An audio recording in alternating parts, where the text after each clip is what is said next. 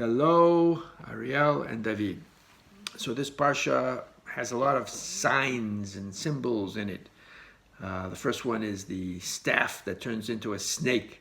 And then what the Midrash is saying that, God can simultaneously send certain signals to several different parties, each one sort of tailor-made to them. For example, the staff that turned into the snake was assigned to Moses to say, by the way, watch out with your negotiations with Pharaoh.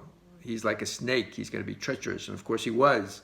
You remember that he made the Jews gather the straw, and he was trying to drive a wedge between the new leadership of this revolutionary movement, Moshe and Aaron, and the Jewish people, and he did succeed.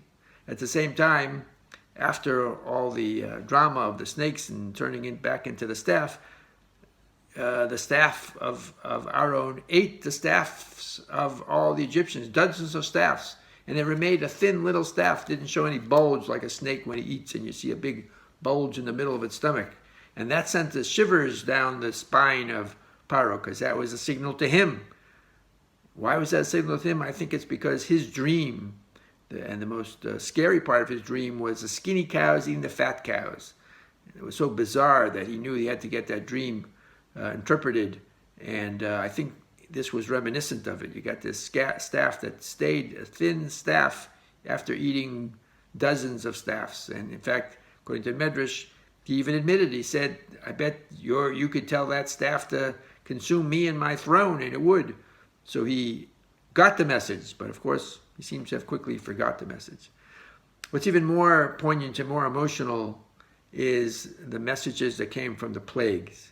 Because the Midrash sort of retells the story as it always does. You think of the story as being of tremendous hardship that the Jewish people had to undergo, and that's true. But the Midrash focuses on the lack of compassion that the Egyptians had for the Jews, the degradation and humility that they had to suffer. It seems that each of the plagues was really a way for the Jews to do unnecessary work just to humiliate them. And I'll give you an example. The first one was blood, and it seemed that the Egyptians knew that the Jews kept the laws of family purity, and they wouldn't let the Jewish women go, to dip in the Nile River, so they stopped them from having relations with each other. But the Nile River, as many sources say, was the god of fertility for the Egyptians, so that turned to blood.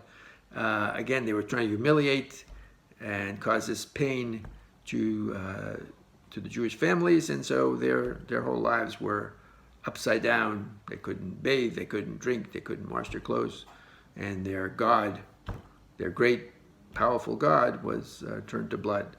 And the same with all the other plagues.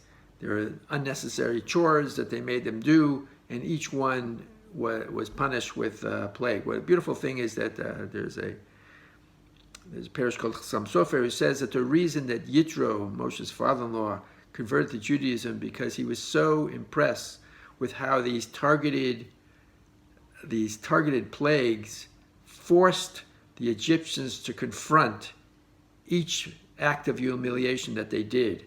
And in fact, they actually understood each plague. They understood, wow, that was because we humiliated Jews in this way and that way.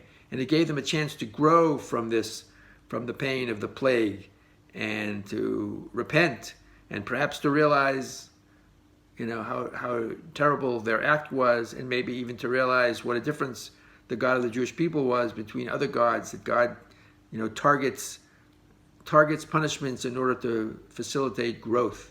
And one of the most beautiful things, I think, that the Midrash is implying is that this too was a healing process for the Jewish people. When the Jewish people realized that God maneuvered these plagues in order to get the Egyptians to confront the humiliation that they thrust upon the Jews, this was also helped heal the trauma that the Jews went through, because they saw that God was so sensitive to their humiliation, and they understood that the Egyptians were now processing the humiliation and acknowledging the humiliation that they did to them, so it helped them heal. So again, It was signs to different people on different levels simultaneously. Have a great Shabbat. Love you guys. Bye-bye.